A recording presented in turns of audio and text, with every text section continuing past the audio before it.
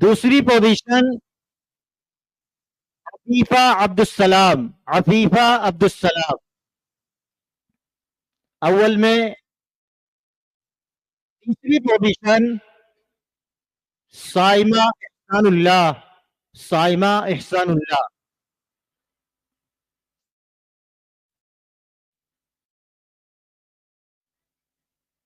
طالبات کے نتائج کا اعلان کرنے کے بعد انشاءاللہ ہمارے سامنے ہمارے معزز علماء کرام کے تاثرات کلمات پیش ہوں گے.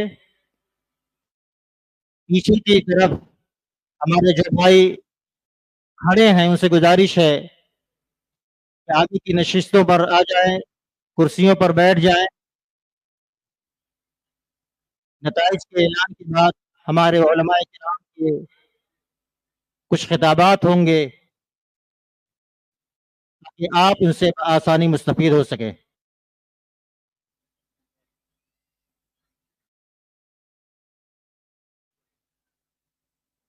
ادنا میں جن بچیوں نے پوزیشن حاصل کی ہیں ان کے نام کچھ اس طرح ہیں. ادنا میں پہلی پوزیشن نازیہ حبیب اللہ، نازیہ حبیب اللہ. ادنا میں دوسری پوزیشن ضمیر النساء مظہر علی، ضمیر النساء مظہر علی. اور ادنا میں تیسری پوزیشن مصباح عبد الوہاب، مصباح عبد الوہاب. ان تینوں طالبات سے گزارش ہے کہ اسٹیج پر تشریف لے آئے. پنجم میں جن بچیوں نے پوزیشن حاصل کی ہے ان کے نام کچھ اس طرح سے ہیں. پہلی پوزیشن صادقہ عبد الرحمان، صادقہ عبد الرحمان. پنجم میں دوسری پوزیشن جس بچی نے حاصل کی ہے وہ ہے جویریہ سید علی، جویریہ سید علی. اور پنجم میں تیسری پوزیشن تنزیلہ جاوید آدم، تنزیلہ جاوید آدم. ان بچیوں سے گزارش ہے بہارم میں جن بچیوں نے پوزیشن حاصل کی ہے ان کے نام کچھ اس طرح سے ہیں. پہلی پوزیشن خوشنما کتاب اللہ. دوسری پوزیشن شمائلہ انسان علی، انسان علی. پوزیشن ناصرین ارشاد احمد، ناصرین ارشاد احمد. یہ وہ نام تھے کہ جو کلیت المحسنات میں الحمدللہ جن بچیوں نے امتحان کی تیاری میں دن رات ایک کیا، پورے سال محنت کی، مدرسے کلاس میں انہوں نے پوزیشن حاصل کی. لیکن میں یہیں پر اپنی ان بہنوں سے بھی گزارش کروں گا کہ جن کی محنت کے باوجود بھی پوزیشن نہیں آ سکی ہے، امتحان اسی کا نام ہے کہ گھوڑا گدھا ہو جاتا ہے اور گدھا گھوڑا بن جاتا ہے. یعنی امتحان میں بیٹھنے کے بعد بڑا سے بڑا وہ بچہ نظر آتا ہے، کوئی بھی ہو. ایسا ہوتا ہے کہ وہ بچی پورے سال کلاس میں روزانہ سبق سناتی تھی، لیکن امتحان میں جب پرچہ ہاتھ میں آیا اور سوال کا جو جواب لکھنا چاہیے تھا وہ جواب نہ لکھ کر کے غلطی سے ذہن میں کوئی دوسرا جواب آ گیا، اور اس بچی نے وہی جواب لکھ کر کے وہ آ گئی، اور وہ یہ سمجھ رہی تھی کہ میں سارے سوالات کے جوابات مکمل طور سے صحیح طور سے لکھ کر کے آئی ہوں. یہیں پر ہمارا تقدیر پر ایمان اور پختہ ہو جاتا ہے. انسان کا کام کوشش کرنا ہے، بقیہ نتیجہ اللہ کے حوالے ہے. اللہ جو مقدر میں لکھا ہوگا وہی ہوگا. اس لیے نہ تو پوزیشن حاصل کرنے والی طالبات کو گھمنڈ اور غرور میں مبتلا ہونا چاہیے، اور جن بچیوں نے پوزیشن حاصل نہیں کی ہے انہیں آئندہ مایوس بھی نہیں ہونا چاہیے. آئندہ کے لیے ان کے لیے یہ سبق ہے، عبرت ہے کہ وہ شروع سے محنت کریں اور انشاءاللہ وہ بھی اس میدان میں دور میں سب کے ساتھ انشاءاللہ ان کی بھی پوزیشن آئے گی. اب میں زیادہ تاخیر نہ کرتے ہوئے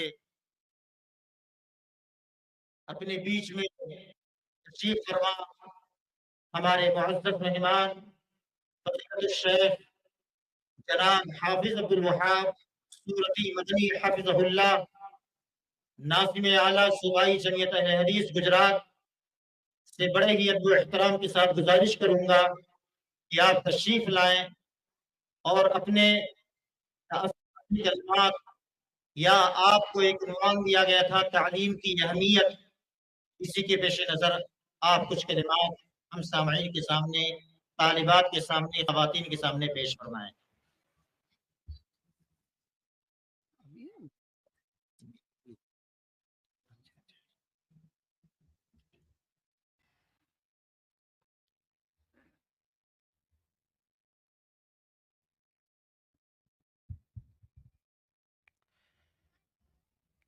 السلام علیکم ورحمۃ اللہ وبرکاتہ.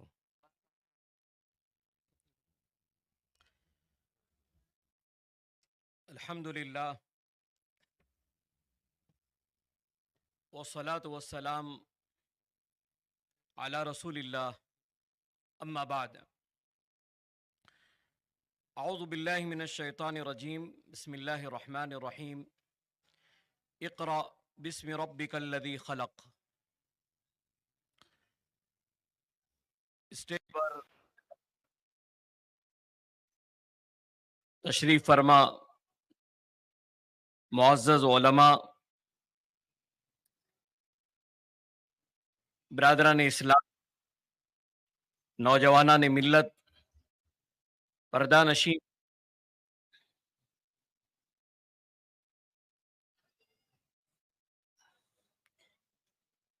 آج کا یہ دن ہمارے لیے انتہائی خوشی اور مسرت کا دن ہے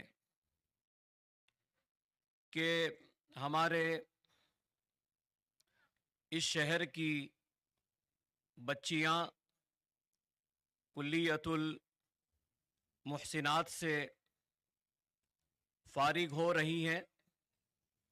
اللہ رب العزت ان تمام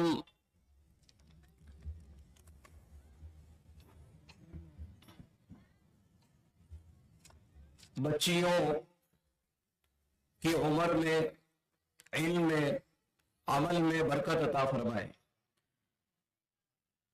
آج کے اس خوشی کے موقع پر خواتین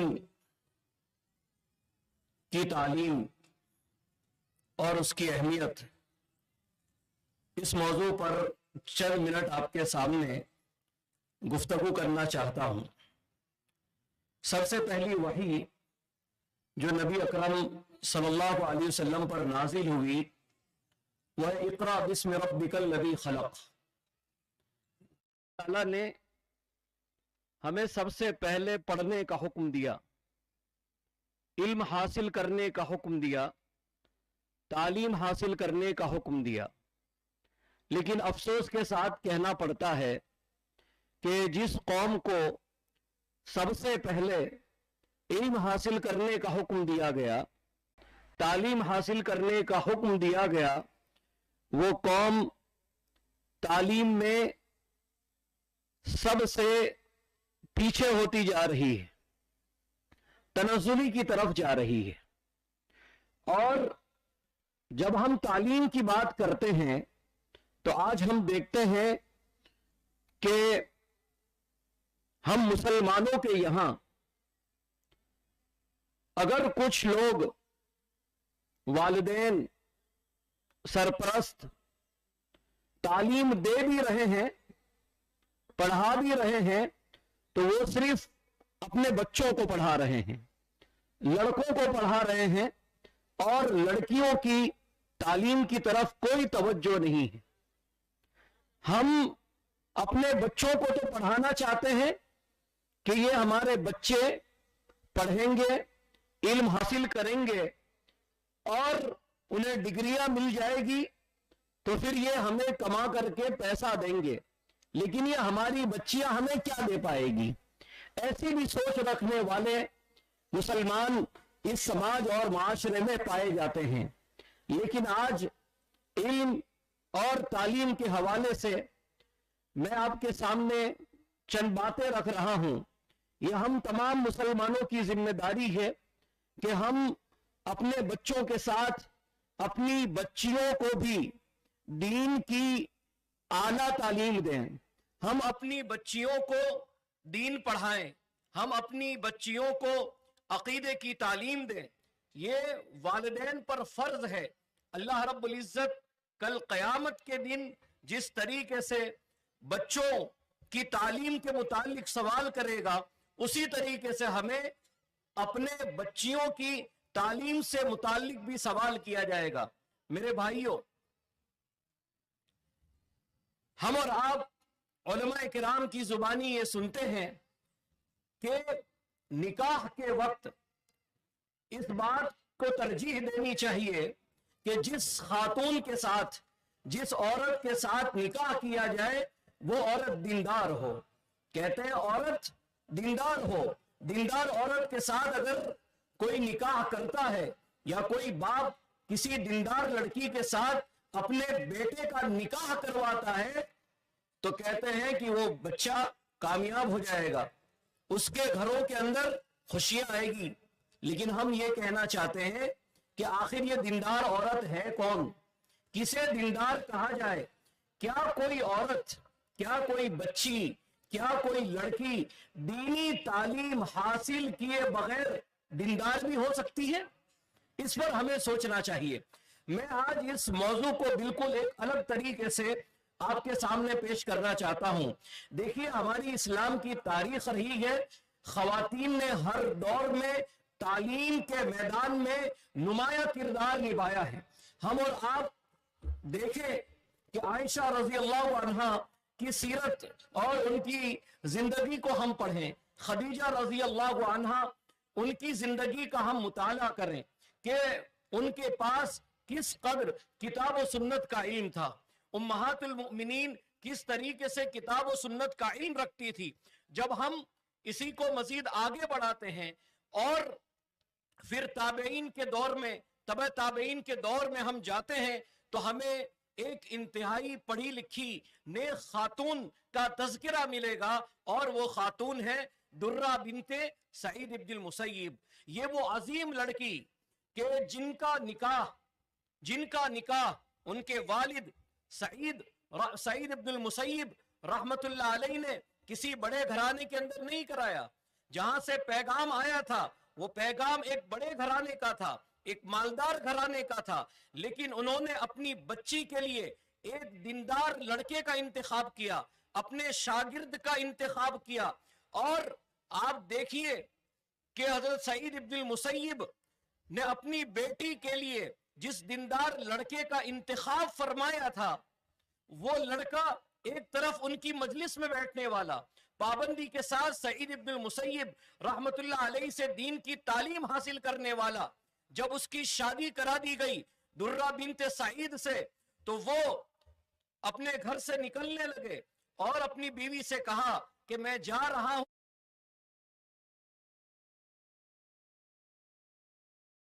ان سے علم حاصل کروں گا۔ اس وقت درہ بنت سعید نے وہ تاریخی الفاظ بیان فرمائے تھے اور کہا تھا اپنے شوہر سے، اجلس اعلمک علم سعید، کہ آپ یہاں پر بیٹھیے، سعید کا علم میں آپ کو سکھاؤں گی۔ یعنی جو علم آپ میرے والد سے حاصل کرنا چاہتے ہیں، سعید ابن المسیب سے حاصل کرنا چاہتے ہیں، وہ علم آپ مجھ سے حاصل کر سکتے ہیں۔ آپ دیکھیے کہ سعید ابن المسیب اپنے دور کے کتنے بڑے محدث، کتنے عظیم محدث، اور ان کی بیٹی کو ان کی بیٹی کی انہوں نے کیسی تربیت کی ہوگی، ان کو دین کی کیسی تعلیم دی ہوگی کہ آج بیٹی اپنے شوہر سے یہ کہہ رہی ہے، ایک بیوی اپنے شوہر سے یہ کہہ رہی ہے کہ آپ کو میرے ابا جان کے پاس جانے کی ضرورت نہیں ہے، میں آپ کو میرے ابا کے پاس جو علم ہے وہ میں آپ کو سکھا دیتی ہوں۔ اس کے بعد جب ہم مزید آگے بڑھتے ہیں تو امام مالک رحمت اللہ علیہ کو کون نہیں جانتا، امام مالک جیسے عظیم محدث کو کون نہیں جانتا، حدیث کی مشہور کتاب موطا کو کون نہیں جانتا۔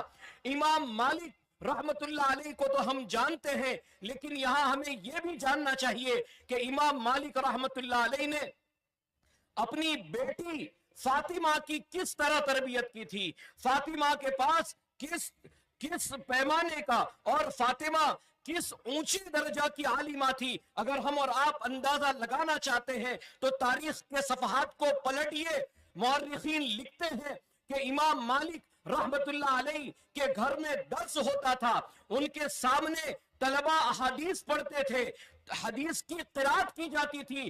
کہا جب کوئی طالب علم امام مالک کا کوئی شاگرد کوئی غلطی کرتا، کہیں بھول جاتا، تو امام مالک کی یہ بیٹی فاطمہ دروازے کو کھٹکھٹاتی، دروازے پر اپنے ہاتھ مارتی، اس سے امام مالک کو پتا چلتا کہ کوئی میرا شاگرد غلطی کر رہا ہے، بھول رہا ہے، اور کہیں اس سے جو ہے قرات کے اندر کوئی غلطی ہو رہی ہے۔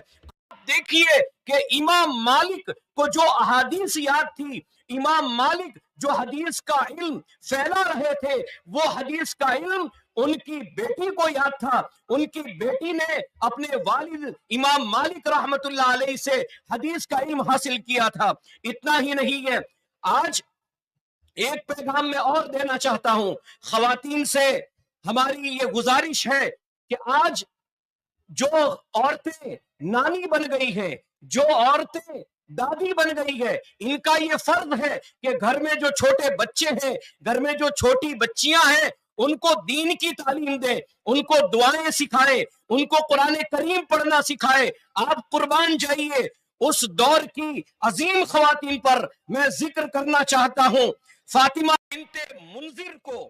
فاطمہ بنت منذر یہ اپنے دور کی وہ عظیم خاتون جنہوں نے اپنی دادی اسماء بنت ابی بکر صدیق رضی اللہ عنہ سے علم حاصل کیا۔ کس نے؟ فاطمہ بنت منذر نے۔ جو علم ان کی دادی اسماء بنت ابی بکر صدیق کے پاس تھا، وہی علم فاطمہ کے پاس منتقل ہوا۔ آپ سوچئے کہ ایک دادی نے اپنی پوتی فاطمہ بنت منذر کو دین کی تعلیم دی، حدیث کی تعلیم دی، اور آج ہمارے یہاں نہ ماؤں کے پاس فرصت ہے، نہ ہمارے یہاں دادی کے پاس فرصت ہے، نہ نانی کے پاس فرصت ہے، سب اپنی اپنی دنیا میں لگے ہیں، سب آج ٹی وی کے ڈراموں میں مگن ہیں۔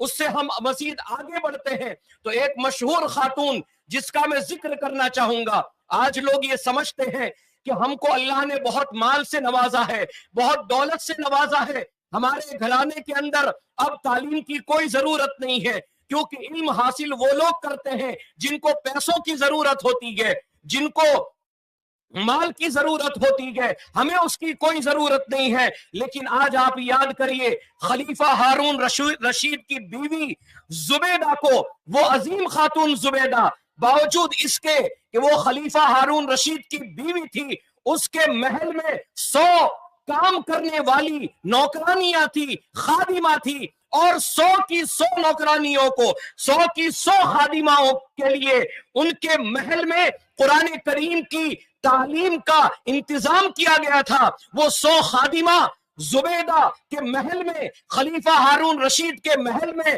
دین کی تعلیم حاصل کرتی تھی، قرآن کریم پڑھتی تھی، قرآن کریم کو یاد کرتی تھی۔ یہ اس دور کی عظیم خاتون تھی۔ اور اگر میں بات کروں ہندوستان کی تاریخ کے حوالے سے تو ایک بات آج آپ یہ بھی سن لیں کہ ایک زمانہ تھا، 140-50 سال قبل کا ہندوستان ایسا تھا کہ عورتوں کی دینی تعلیم کا کوئی اہتمام نہیں تھا۔ کچھ عورتیں جو دینی تعلیم حاصل کر لیتی تھی ان کو لکھنے کی اجازت نہیں تھی۔ اس زمانے کے علماء نے یہ فتویٰ صادر کیا تھا کہ کوئی بھی عورت لکھ نہیں سکتی ہے، لکھنے کا کام نہیں کر سکتی ہے۔ اس زمانے میں ہندوستان کے مشہور اہل حدیث عالم جب ایسے فتوے باہر آئے، عورتوں کو تعلیم سے روکا گیا، لکھنے سے روکا گیا، تو علامہ شمس الحق عظیم آبادی نے ایک کتاب لکھی۔ اس کتاب کا نام ہے عقود الجمان فی جواز تعلیم الکتابۃ للنسوان۔ انہوں نے اس کتاب کو لکھا اور اس کتاب کے ذریعے انہوں نے یہ پیغام دیا کہ جس طریقے سے پڑھنا بچیوں کا حق ہے، تعلیم حاصل کرنا بچیوں کا حق ہے، لکھنا بھی ان بچیوں کا حق ہے۔ آج یہ قافلہ صرف یہیں پر نہیں رکتا ہے، ہندوستان کی اس تاریخ میں کچھ ایسی بھی خواتین گزری ہے کہ جن سے صرف اہل ہندوستان نہیں بلکہ ان کا علم ہندوستان کے باہر بھی پہنچا۔ ممبئی کے اندر ایک عظیم اپنے وقت کے عالم دین تھے، محدث تھے، مولانا شرف الدین رحمت اللہ علیہ۔ ان کے 3 بیٹے اپنے وقت کے انتہائی بڑے عالم تھے، علامہ عبد الصمد شرف الدین، عبد الحکیم شرف الدین، خلیل شرف الدین۔ آئیے، اسی خانوادے کی ایک عورت تھی جس کا نام صادقہ شرف الدین تھا۔ یہ وہ عورت تھی جس نے جدہ میں سعودی عرب کے اندر سب سے پہلا دینی تعلیمی ادارہ شروع کیا۔ اس سے پہلے سعودی عرب کے اندر، جدہ کے اندر لڑکیوں کی تعلیم کے لیے کوئی ادارہ نہیں تھا۔ جدہ میں قال اللہ قال الرسول کی جو صدائیں گونجی، صحیح عقیدے کی جو تعلیم خواتین کو نصیب ہوئی، یہ اس عظیم عورت کی محنت کے بدلے میں ہے، اس عظیم عورت کی تعلیم کا جد و جہد کے بدلے میں ہے، جس کو لوگ صادقہ شرف الدین کے نام سے جانتے ہیں۔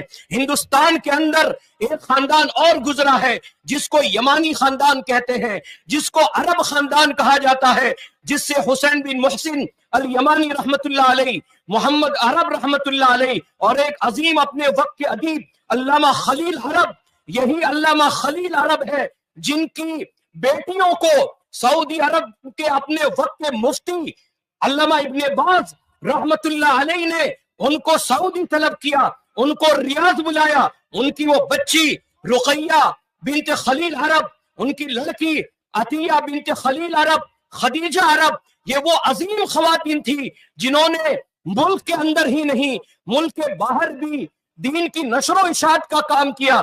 اور رقیہ عرب اپنے وقت کی ایسی قلمکار عورت، اور ان کی ایسی تحریر تھی کہ ان کی ایک کتاب علامہ سید سلیمان ندوی رحمت اللہ علیہ کے ہاتھوں میں آئی۔ علامہ سید سلیمان ندوی رحمت اللہ علیہ نے جب رقیہ بنت خلیل عرب کی اس کتاب کو دیکھا تو انہوں نے اس پر جو تاثرات لکھے ہیں، جن باتوں کا اظہار کیا ہے، وہ فرماتے ہیں کہ اگر میں اس خاتون کو پہلے سے نہ جانتا ہوتا، اس خانوادے کو نہیں جانتا ہوتا، تو میرے لیے یہ طے کر پانا بڑا مشکل تھا کہ کوئی عورت بھی ایسی کتاب لکھ سکتی ہے۔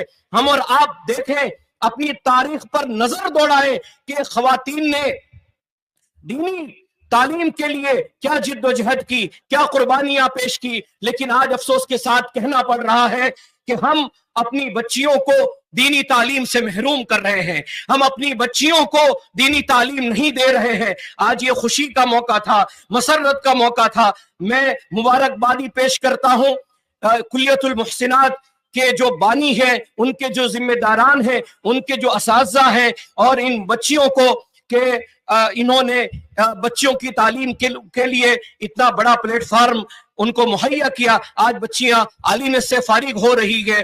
اللہ تعالیٰ سے ہم دعا کرتے ہیں کہ یہ ادارہ مزید ترقی کرے اور یہاں بچیوں کی تعلیم کو اور آگے بڑھایا جائے۔ عالمیت کے بعد یہاں بچیوں کو فضیلت کی بھی تعلیم دی جائے، اور جس طریقے سے پچھلے دور کی خواتین جن کا تذکرہ ہوا، جنہوں نے کتاب و سنت کی نشر و اشاعت کا کام کیا، اسی طریقے سے ہماری ان بچیوں کے ذریعے بھی اس ملک میں اور بیرون ملک میں کتاب و سنت کی نشر و اشاعت کا کام ہو۔ قال اللہ قال رسول کی صدائیں گونجے۔ اللہ رب العزت جب تک ہمیں زندہ رکھے، ایمان کے ساتھ زندہ رکھے، خاتمہ بھی ہمارا ایمان کی حالت میں ہو۔ اقول قولی ھذا استغفر اللہ لی ولکم ولسائر المسلمین من کل ذنب واستغفروا انہ هو الغفور الرحیم۔